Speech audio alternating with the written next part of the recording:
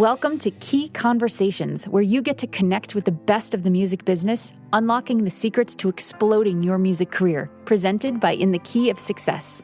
I'm your host, Cheryl B. Engelhardt. The conversations you're about to hear are between our special guest and participants of my MX4 course, the Marketing and Branding, Money-Making, Mentorship Mastermind for Musicians. They are singers, songwriters, composers, producers, and artists just like you, asking their burning questions of our experts while transforming their careers over 6 weeks.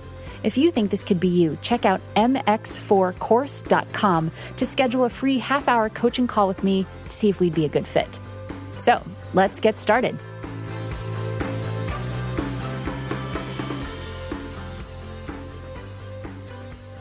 We're going to pick it up where we left off last week, speaking with Erin Dillon of Songtradr about all things music placement. Gary, do you have another question? Well, of course, I've got several. One of them is about the pricing. I did notice that on your site. What is your best advice about the pricing? How to go about it? Is it a good idea to leave it open, a better idea to leave it open? Or do you price yourself out of the market if you assign too high of an amount? Or do you look cheap if, like it's not worth anything if you go too low? I think it's a difficult thing to know, like, where do I fit in? What should I price my music?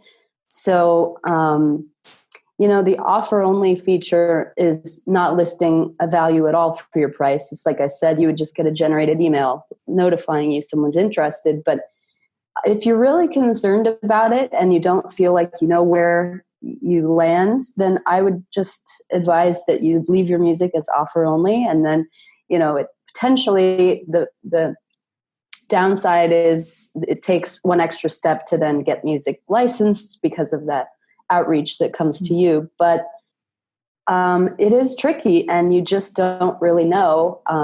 But TV licensing fees, most music that you hear is usually ranges from between $500 and $3,000. So if that gives you sort of a base point, TV tracks, licensing fees seem to go down all the time. It's just there's so much content out there that you can get it for you can almost always go somewhere for a better deal, essentially. So it seems like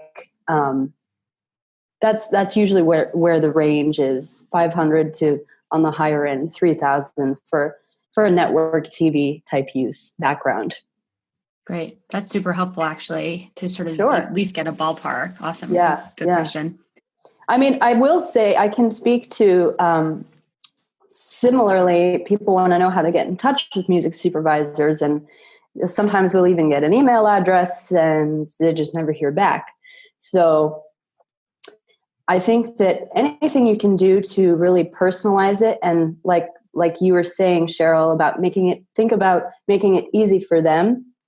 Don't hound them too much. It's a delicate balance. You can't email them every day and send them a new track every day and say, why haven't you listened to it? Why haven't you downloaded it? So there is sort of a delicate, fine line. You don't want to be overbearing, but you do, if you want a response, you will have to stay, on it. But anything you can do to personalize it. So if you know that I have great country music, I'm going to go on IMDb and see who works on Nashville or any other show that maybe your music you think would work in. Try and get in touch that way and really utilize your skills and make it easy for them. Let them know, that it's all cleared and you're the only writer, or anything you can do to simplify is going to make them click your link or be more likely to get back to you. And it's just like that fine line of reaching out, but not being overbearing and asking them.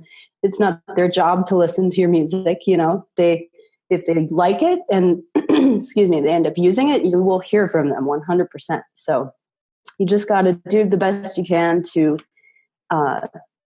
make the most of what you're working with as a musician. Yeah, that's awesome, because that was going to be one of my questions. It's like, what do music supervisors really need to hear? That it's cleared, that that they're not being bombarded by I mean, another question that I get a lot, and I think I know the answer is obviously no MP3s. You do not send an email with an MP3, but do they like a box link or a SoundCloud link with a specific, to one song, not a playlist of 20? Is that like, what's the thing that you want to be sending? Attaching an MP3 is a sure way to get in the trash can. I think most people don't want to deal with that. And another thing that's also music to supervisors' ears is letting them know that all of your metadata is in order. You don't want to have them download your music and then track 1, track 2, track 3, they're just going to be like, I don't know where this came from. I can't find it. They have huge music libraries, in their iTunes. So again, making it easy for them, put your contact information right into the track info. So there's an easy way to search for it or find you if they happen to download it. And then they know that they can reach you and you're organized and professional. And it just goes a long way to have nice, clean metadata.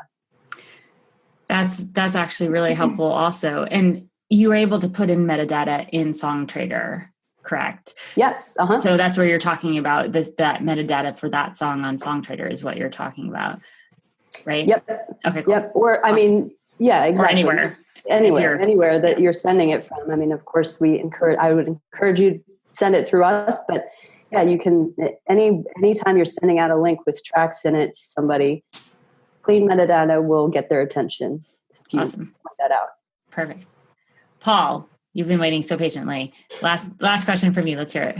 Okay, so I'm very intrigued by Songtradr. I just signed up for it today, but literally all I did was get a username. What cut does Songtradr get if a song gets picked up?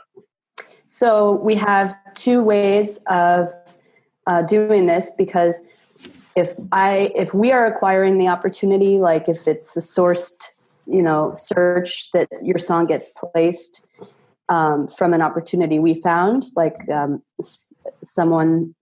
of our contacts, we take 30% because we're bringing that opportunity to you. If it's just happens on the site and nobody pitched it and it's not, it didn't take anybody effort on our team, it's 17.5%. Wow. Because if it's just an organic, wedding video director needs a track for $100, maybe he finds our site randomly and clicks and buys your song right there on the site, we take less because we did less to get that for you. So you're definitely going to get some songs from me. I like that. It sounds like a great deal, actually. Thank you. Sure. Yeah. Awesome. I have one last question that might go into a couple laser quick questions, but when you're on Songtradr, we're sort of making the assumption that we're going to have mastered versions of instrumentals and the original song, that we own all the rights and they're not exclusively bound up anywhere, and we have all the metadata correct. So if you're doing the singer-songwriter thing or the band thing at the level that you're supposed to be, you're going to assume that all those basic things are in place that we hear all the time at conferences, everything you've said already. So once that's all in place, you've got your stuff mastered, it sounds good, all the data's there, you've sort of checklisted all that stuff, then how do you rise above the 500 other entries that are in the same ballpark as your music on an opportunity? What do you hear when you're choosing to do just listen to 10 or as soon as if you only need 5, do you listen to the first 5 that you get and then you're like, good? Or is there something that really I go through works? Every track. I listen to every single one. And, it just comes down to what the brief is and if the quality is there. And, sometimes I'll even put in, like, if there's a lyric, like you said, a song needs to be about clouds, or they want a song with the mention of a tree. If I hear that, then that's certainly you read the details and you submitted a song that sounds like it's probably going to work. So sometimes, I'll specify female vocals only or something like that. And then somebody will send me a track with male vocals. And I'm like, well, this person clearly didn't read the information at all. So I think, it's really just comes down to the quality and sort of following directions of what's being asked for in the brief. And, country western search will come in and then I'll get techno from people. Like, They just, they're not paying attention. They just want to send their music to anything and everything. But if you take the time and provide music that is fitting and actually meets the points, then most likely it's going to at least make it to sort of a, sub final round. So awesome. That's helpful. So anything else that you would offer any musician that's going to be putting their music onto Songtradr that can really make the most out of it and start to see some income generated? Anything that you can offer at all that we haven't touched on yet? I would say as much metadata as you can do yourself and tagging with keywords that you can do yourself. We have a team here that is doing that as well. But the more you can have done it in advance and the more thorough you can be, it allows us to just get to the meat of listening to your music, and we don't have to go in and clean up the tracks so much. And the whole staff gets emails every night at midnight of all the songs that were uploaded that day, and we've got people going through them. I still try to go through them, but we have guys here that go through and listen to them, and they send a playlist of some like top 10 or so that they have listened to the next day of the best stuff. So we are pretty hands-on about making sure we hear as much of the music as we can that comes through, gets uploaded. So anything you can do to just be thorough and professional about your music, treat it, how you want it. You want it to make money, you got to treat it with care. Awesome. So that's the best advice I could offer. Well, thank you so much for your time. Thank you to Paul and Gary and Daryl for your questions. And nice to meet you all. Yeah, we really appreciate your insights. I'm super excited to see Songtradr take off because it's such a great platform and it's so necessary. And the user interface is fantastic, and it's kind of something I've been looking for a while. So I've got high hopes for success with Songtradr. So I'm looking forward to. Yeah, absolutely. And we are launching it about, I'd say another day or two. Our developers have been working on building this new site that's going to have even more features and ways to make your music, even more accessible. So we're looking forward to that. Definitely stay tuned and feel free to reach out to us with any questions about the new site. Awesome. Thank you. Next week, we have a special treat. We will be speaking with Hunter Scott. He is a PR guru, but not in the way you think. So stay tuned for Hunter.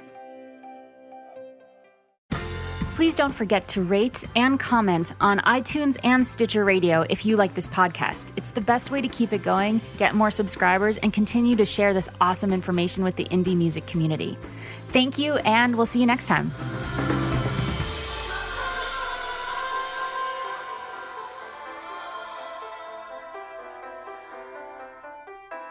All of the music on this podcast was provided by yours truly.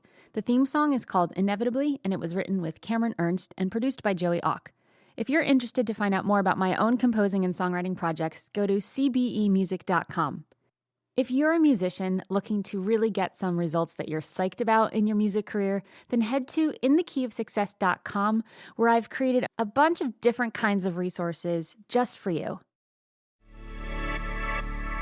Key Conversations is sponsored in part by Bandzoogle. They make it easy to build a beautiful website for your music. Their step-by-step system gets you online in minutes, and you can choose from hundreds of mobile-friendly themes and customize them with their easy point-and-click editor. All the features you could possibly imagine for a professional website are built in. So, because you are a Key Conversations podcast listener, you get a special 3-month free trial just for you. Go to www.inthekeyofsuccess.com/resources and click on the Bandzoogle logo to access your free extended trial.